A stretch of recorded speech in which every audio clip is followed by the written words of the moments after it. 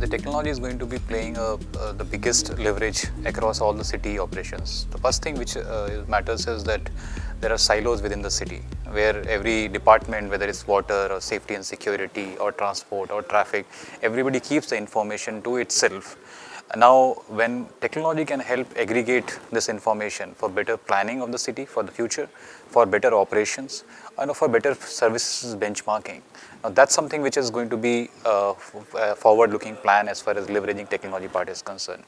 However, few cities have really started appreciating the need of involving technology in the bigger leverage, and that comes from the top down, as in Prime Minister is so keen about bringing the whole technology pieces, and that's what going to be the base of smart cities.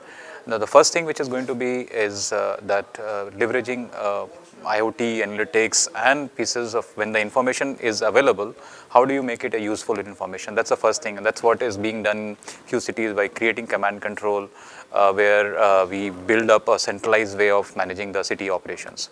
Second thing which is going to be is the infra side.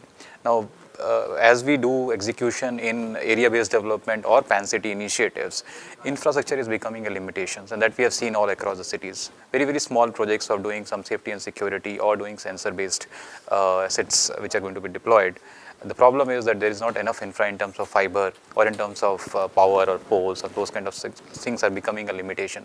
So cities are now started thinking about how do we leverage existing assets, which could be street light poles, which could be some existing projects around water, which can be leveraged for laying maybe additional fiber assets, which could be shared between various service providers. Or could it be these street light poles, which is such a critical asset that we have sub 28 million light poles across the cities, which could be leveraged for mounting any of these smart city elements. So that's something which is now cities have started moving ahead. Third piece which is very, very important is monetization. Now all this investment which is going in technology is going to be, there should be a way of looking at monetization part of it. Now even there the technology is bringing in so much transparency. Now cities, and there could be one or two examples. One example is that cities have all these outdoor advertisements, digital or non-digital.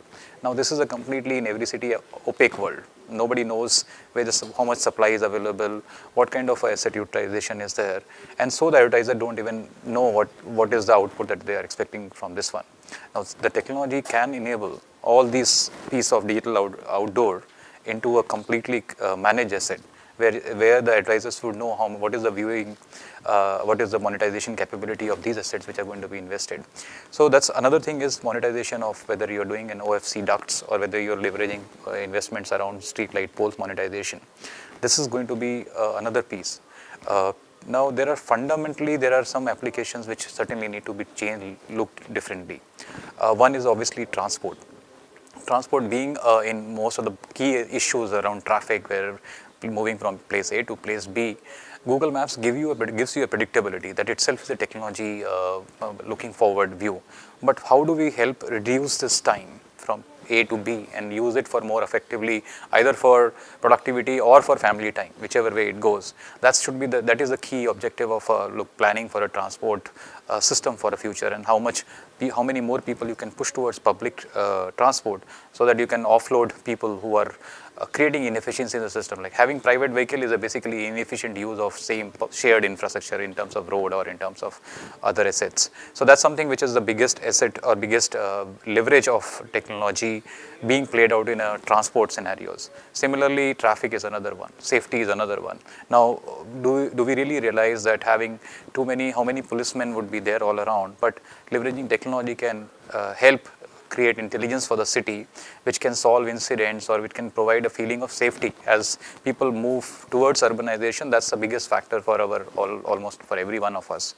Now, similarly, as we are looking at utilities, now investments on utilities is going to be the key thing, whether it is smart water or whether it's smart electricity or waste management.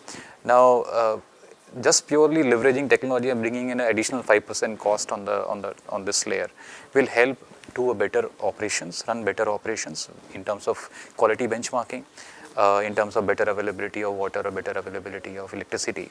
Other thing would be that even the leakages of the systems, whether it's unknown revenue water in the scenario of water or theft of electricity, that will come back to your system.